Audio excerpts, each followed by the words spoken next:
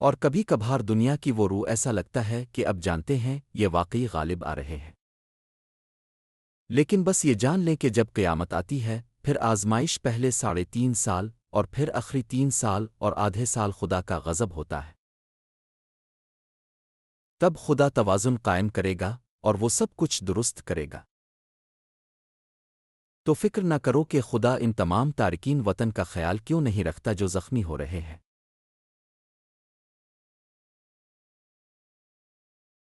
خدا تارکین وطن کے بارے میں کچھ کیوں نہیں کرتا جو شہریوں کو نقصان پہنچا رہے ہیں؟ اب جانتے ہیں منشیات کے کارٹلز کیوں ایسے لگ رہے ہیں جیسے ان کے پاس تمام پیسہ ہے اور وہ منشیات بیچ رہے ہیں اور ہماری کمیونٹیز کو تباہ کر رہے ہیں۔ خیر یہ ایسا لگ سکتا ہے اور میں یہ نہیں کہہ رہا کہ ایسا وقت نہیں آتا جب دشمن اس کرمج نہ جیتے، لیکن لڑائی خدا کی ہے اور یہ یہاں بالکل واضح ہے۔ کسی بھی گروہ تنظیم کے ساتھ شراکت داری نہ کریں جو خود کو خدا کے خلاف کھڑا کرے۔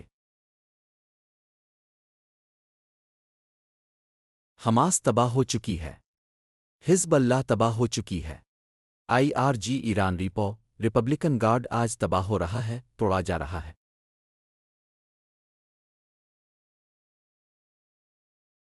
یہ ان کی برائی کی وجہ سے ہے، حتیٰ کہ کیلیفورنیا میں منشیات کے کارٹلز کو بھی لاکھوں نیشنل گارڈ کے فوجیوں کے ذریعے زبردست طریقے سے نمٹا جا رہا ہے اور تمام شاخیں صفائی کر رہی ہیں اور ان لوگوں کو ختم کر رہی ہیں جو ہمارے بچوں کو نقصان پہنچا رہے ہیں۔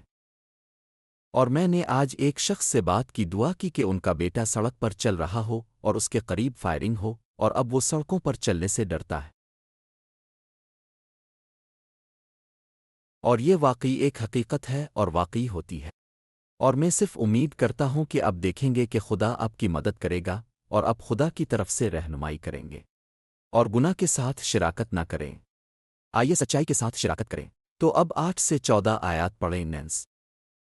کیونکہ تم کبھی تاریکی تھے ہم پہلے ایسے ہی تھے، لیکن اب تم خداوند میں روشنی ہو، روشنی کے بچوں کی طرح جیو۔ اب ہم ایسے ہی ہیں۔ کیونکہ روشنی کا پھل تمام نیکی، راست بازی اور سچائی پر مشتمل ہے۔ اور معلوم کریں کہ خداوند کو کیا پسند ہے۔ اندھیرے کے بے فائدہ کاموں سے کوئی تعلق نہیں، بلکہ انہیں بے نقاب کرو۔ یہ بھی شرمناک ہے کہ نافرمان خفیہ طور پر کیا کرتے ہیں، آمین۔ لیکن جو کچھ روشنی سے ظاہر ہوتا ہے وہ نظر آتا ہے، اور جو کچھ روشن ہوتا ہے وہ روشنی بن جاتا ہے۔ اسی لیے کہا جاتا ہے، جاگو، سوئے ہوئے مردوں میں سے اٹھو، اور مسیح تم پر چمکے گا۔ آپ اندھیرا نہیں بڑھا سکتے لیکن روشنی بڑھا سکتے ہیں۔ دیکھیں کہ جب ہم سوئچ کو گھماتے ہیں تو ڈمر سوئچ زیادہ روشنی اور طاقت دیتا ہے، زیادہ صلاحیت، زیادہ طاقت، اور ہم یہ ہوتے دیکھ رہے ہیں۔ خدا دنیا میں روشنی بڑھا رہا ہے۔ ابھی بھی انٹرنیٹ پر بات چیت کرنا روشنی ہے، کیونکہ یہ الفاظ منتقل ہو رہے ہیں اور یہ دنیا بھر میں فوری طور پر حقیقی وقت میں بھیجے جا رہے ہیں۔ اب نوٹ کریں کہ اسی میں نیکی، راست بازی اور سچائی ہے۔ اب میری اور تمہاری راست بازی جیسے ارے گندے کپڑے ناپاک ہیں، لیکن اس کی راست بازی کامل ہے، تو پھر ہم خدا کی نیکی اور سچائی کو قبول کرتے ہیں۔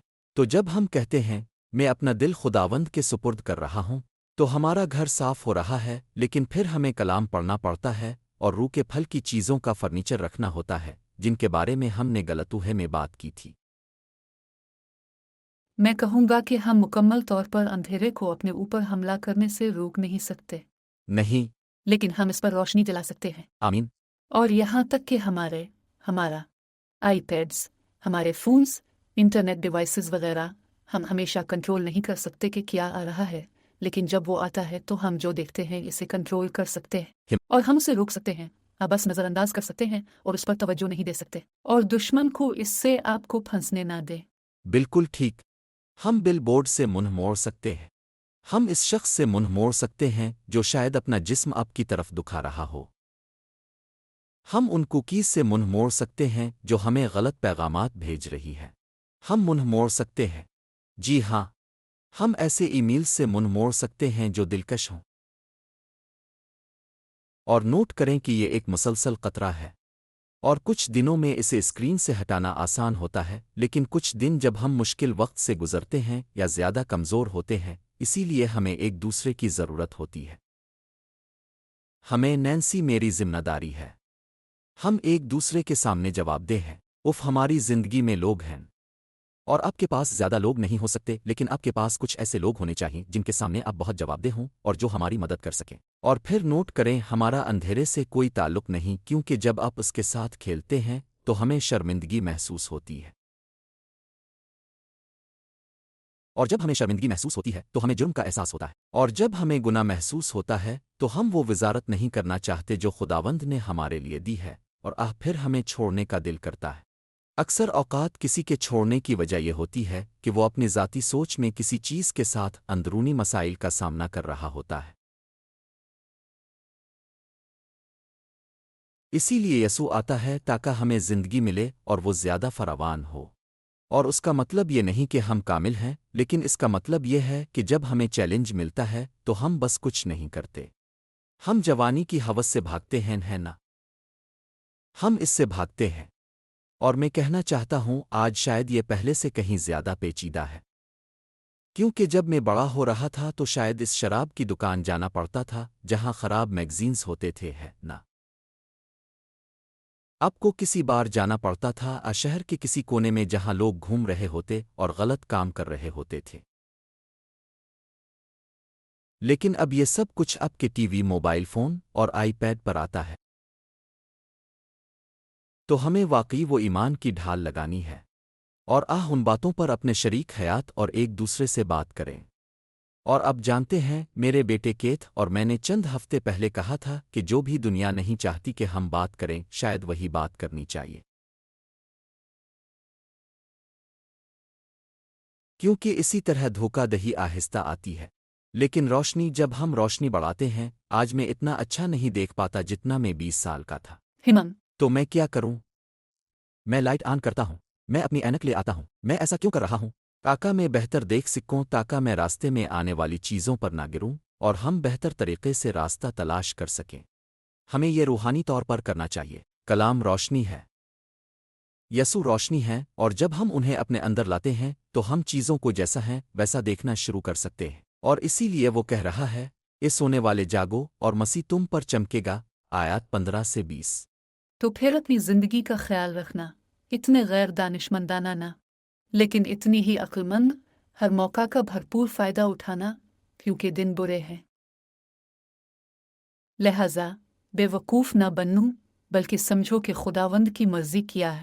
شراب سے نشے میں نہ جائیں، کیونکہ اس سے عیاشی ہو جاتی ہے۔ اس کے بجائے روح سے بھرے رہیں، ایک دوسرے سے زبور، حمد اور گیت کے ذریعے بات کریں۔ روح کی طرف سے اپنے دل سے خداوند کے لیے موسیقی گاؤ، ہمیشہ خدا باپ کا شکر ادا کرو، ہمارے رب یسوع مسیح کے نام پر۔ تو یہ وہ بے وقوف شخص ہے جو توازن برقرار رکھنے کا طریقہ نہیں جانتا، جیسا کہ نینسی نے آج ہمارے ساتھ وقت گزارنے کے وقت ذکر کیا تھا۔ توازن بہت اہم ہے۔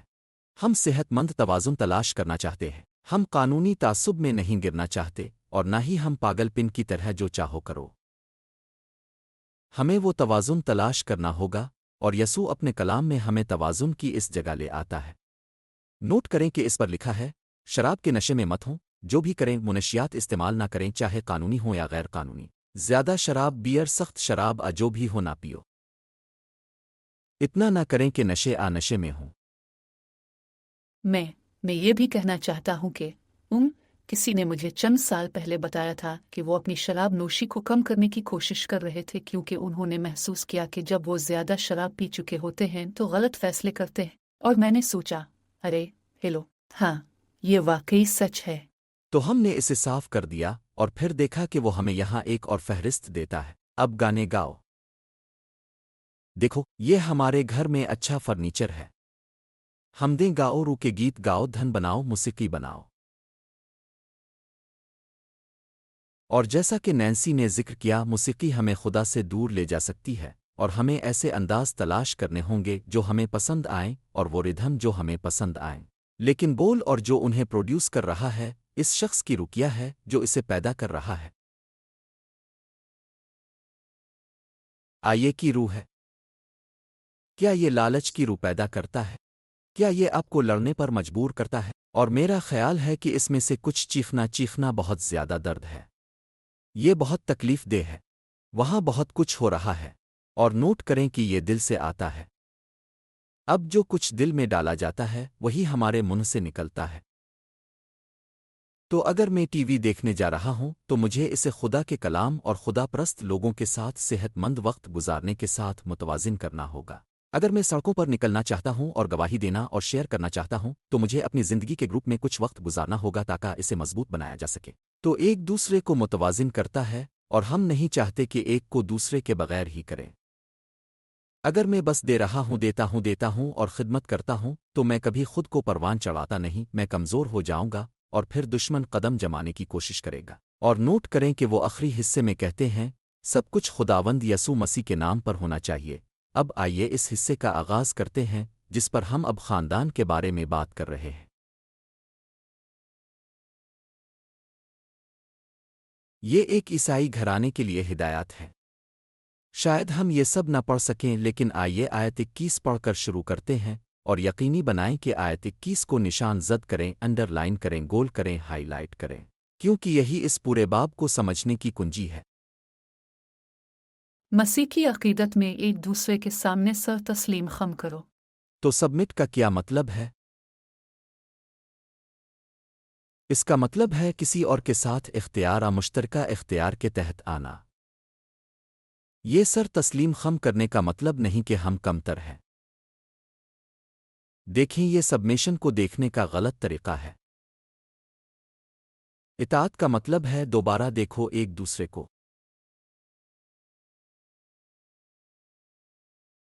تو ہم اکٹھے ہو رہے ہیں۔ یہ ہم آہنگی میرا آئیڈیا، نینسی کا آئیڈیا ہے، لیکن ہم یقیناً خدا کے خیال کو اس میں شامل کرتے ہیں، اور یہاں تک کہ بورڈ پادری کا خیال، بورڈ کی رائے اور خیال، لیکن پھر ہم خدا کو فیصلے میں شامل کرتے ہیں۔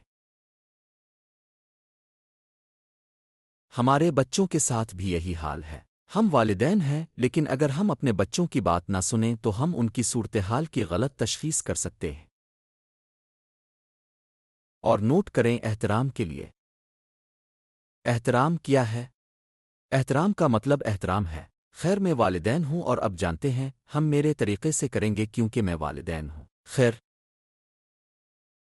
کئی بار مجھے اپنے بچوں کے پاس جا کر کہنا پڑا جب وہ بڑے ہو رہے تھے، مجھے واقعی افسوس ہے۔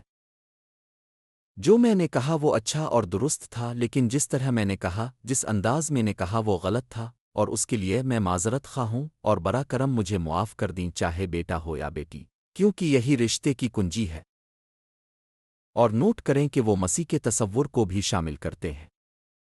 دیکھیں، مسیح چرچ کا سربراہ ہے، مسیح خاندان کا سربراہ ہے، مسیح کمیونٹی کے سربراہ ہیں۔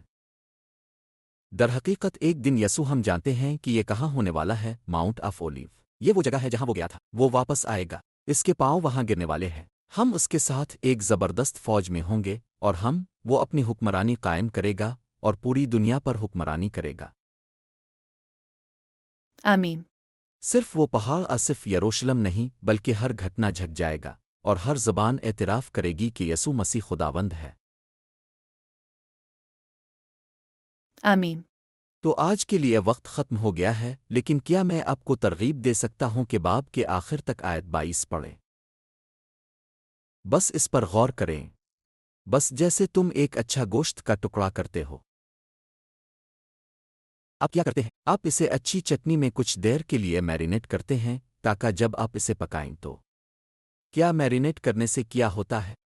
اسے سیزن کرتا، ذائقہ دار بناتا ہے۔ جی ہاں، اسے نرم کر دیتا ہے۔ اس میں داخل ہو جاتا ہے نا؟ اسے چمک۔ جی ہاں، یہ صرف بیرونی حصے پر نہیں بلکہ اندرونی حصے پر بھی اثر انداز ہوتا ہے، اور میں چاہوں گا کہ آپ ان آیات پر واقعی غور کریں۔ آیت 22 کے بارے میں سر تسلیم کرنا، محبت کرنا اور صحیح کام کرنا۔ اور نوٹ کریں کہ جیسا کہ نینسی نے مجھے بتایا، ان میں سے زیادہ تر آیات مردوں کے لیے کتنی ہے؟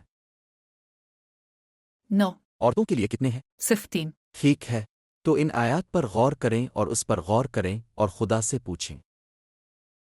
کہو، خدا مجھے دکھاؤ اور ہم اس پر اگلی بار دی برج پر بات کریں گے۔ آسمانی باپ، اب ہماری مدد فرما۔ اپنی ذاتی زندگی، ہماری شادیاں، ہمارے بچے، ہمارے گرجا گھر، خداوند، ہماری کمیونٹیز، ہماری قوم کو تعمیر کرنے کے لیے، اور ہماری دنیا ان اصولوں پر مبنی ہے جو ہم کتاب افسیوں سے سیکھتے ہیں۔ آمین۔ ہمیں تمہارے اندر بننے دو مسیح، اور تمہیں ہمارے اندر رہنے دو۔ ہمیں اس دنیا کی تمام مشکلات سے بچا لو،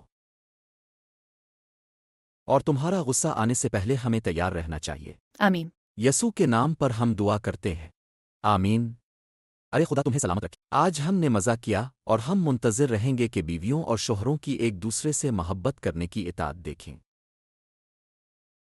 لیکن یاد رکھیں، کلید آیت 21 ہے، مسیح کی عقیدت میں ایک دوسرے کے سامنے سر تسلیم خم کرو۔ اگلی بار تک ہم دی برج ہیں۔